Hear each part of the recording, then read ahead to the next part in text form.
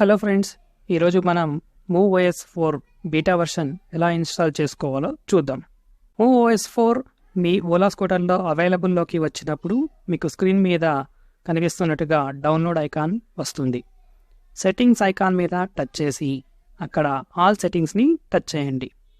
ఇప్పుడు system settings మీద touch చేస్తే మీకు అప్డేట్ అవైలబుల్ అని కనిపిస్తుంది.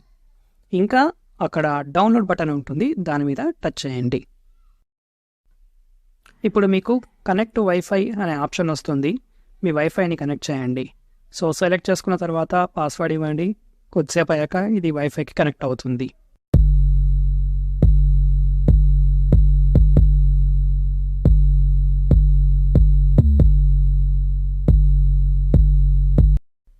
సో ఇప్పుడు సిస్టమ్ అప్డేట్స్ మీద టచ్ చేయండి. చూసారు కదా ఫ్రెండ్స్, ఇది డౌన్లోడ్ అవ్వడం స్టార్ట్ అయ్యింది. స్క్రీన్ మీద కనిపిస్తున్నట్టుగా మీకు 4.0.0 బీటా వర్షన్ డౌన్లోడ్ అవుతుంది. దీని సైజ్ 1.25 GB. మీ నెట్వర్క్ కెపాసిటీ తర్వాత స్పీడ్ని బట్టి ఇది ఎంతసేపు డౌన్లోడ్ అవుతున్నది తెలుస్తుంది. సో ఇది డౌన్లోడ్ అయ్యేలోపు మనం లేటెస్ట్ వర్షన్లో ఏమేమి ఫీచర్స్ ఉన్నాయో ఒకసారి స్క్రీన్ మీద చూద్దాం.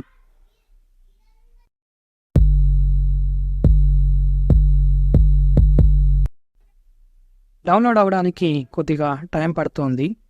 అందుకే మొత్తం డౌన్లోడ్ అయ్యేదాకా వీడియోని పాజ్ చేసి డౌన్లోడ్ అయ్యాక మీకు చూపిస్తాను.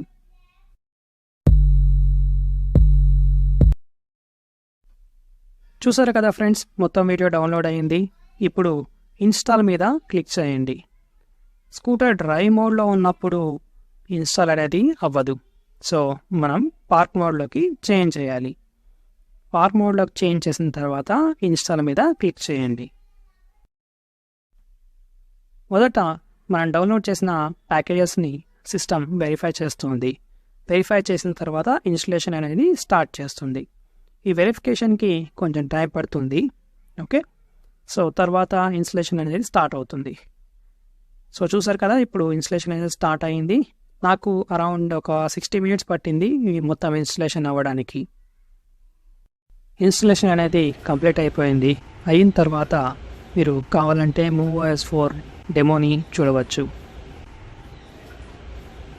నేనైతే డెమోని స్కిప్ చేసేసాను. ఇప్పుడు ఇన్స్టలేషన్ అనేది అయిపోయాక మనము మన డాష్బోర్డ్ ఎలా ఉందో ఒకసారి చూద్దాం. Thanks friends, thanks for watching. నచ్చినట్లయితే లైక్ చేయండి, ఇంకా నా ఛానల్ని సబ్స్క్రైబ్ చేసుకోండి. Thank you.